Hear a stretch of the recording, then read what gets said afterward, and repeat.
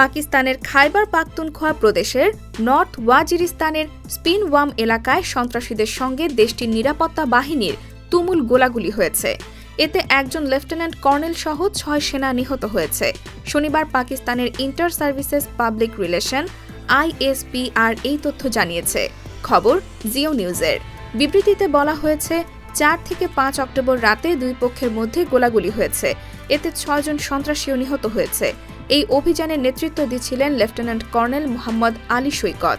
তিনিও গোলাগুলিতে শহীদ হয়েছেন। ISPR এর বিবৃতিতে আরও বলা হয়েছে, সন্ত্রাসবাদ নির্মূল করতে নিরাপত্তা বাহিনী বদ্ধপরিকর। আমাদের সাহসী সেনাদের আত্মত্যাগ আমাদের দৃঢ় সংকল্পকে আরও শক্তিশালী করবে। সাম্প্রতিক বছরগুলোতে পাকিস্তানে সন্ত্রাসী হামলার পরিমাণ অনেক বেড়েছে। বিশেষ করে পাকিস্তানের নিরাপত্তা বাহিনীকে লক্ষ্য করে এসব হামলা হচ্ছে।